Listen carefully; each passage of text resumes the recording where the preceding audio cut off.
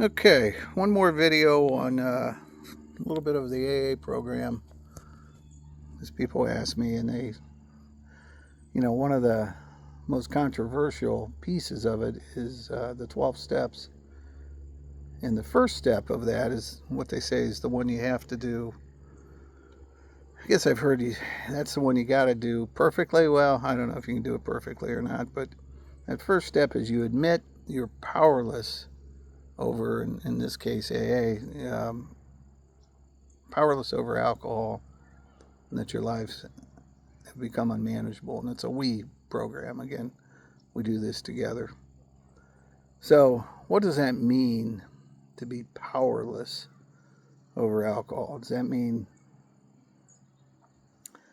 well, it's, keep it simple. Basically, to me, it means that at any point, this disease, this addiction, could rear its head again, and I could start drinking again, or others do the same. And so you have to be cognizant of that is the reality. And so what do you do about that? If you're powerless, does that take away from sort of the personal responsibility? Well, some ways, addiction, disease, very powerful. So what do you do about that? Well, it's a surrender piece. So that goes against our natural idea of fight, fight or flight. But the powerless piece to me means I've been given a gift of sobriety, and I don't want to deny that gift, And part of that gift is to say, all right, I've been released from sort of this bondage to this substance, but where's my responsibility in it?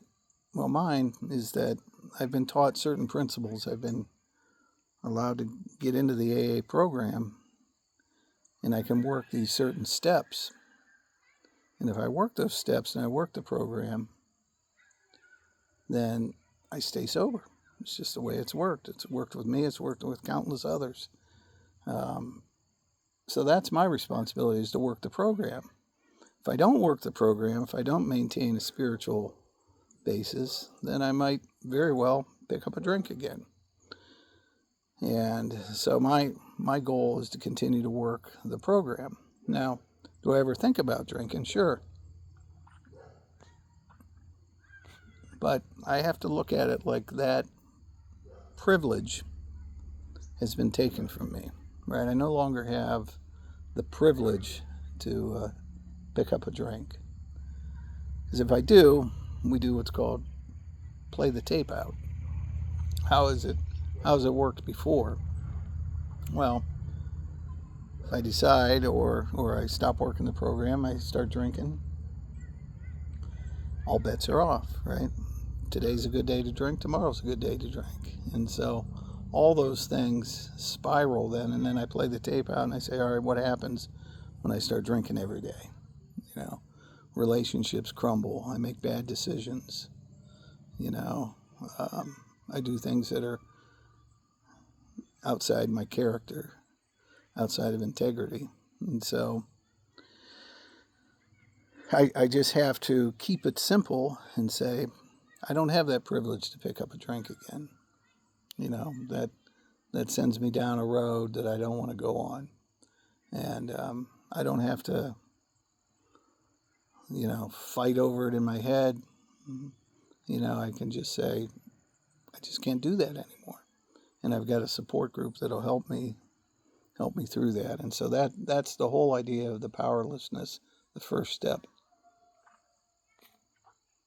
is to realize that some things are just so addictive and are so compelling in my life that I just can't go back to them. And do I say, well, that's not fair, or that's, at this time in my life, I should be able to do what I want? No, you have to accept certain things as is reality based on past history. And so that first step, admitted we were powerless over alcohol, that our lives had become unmanageable, is the foundation of staying sober. So I hope that helps, and we'll talk to you soon.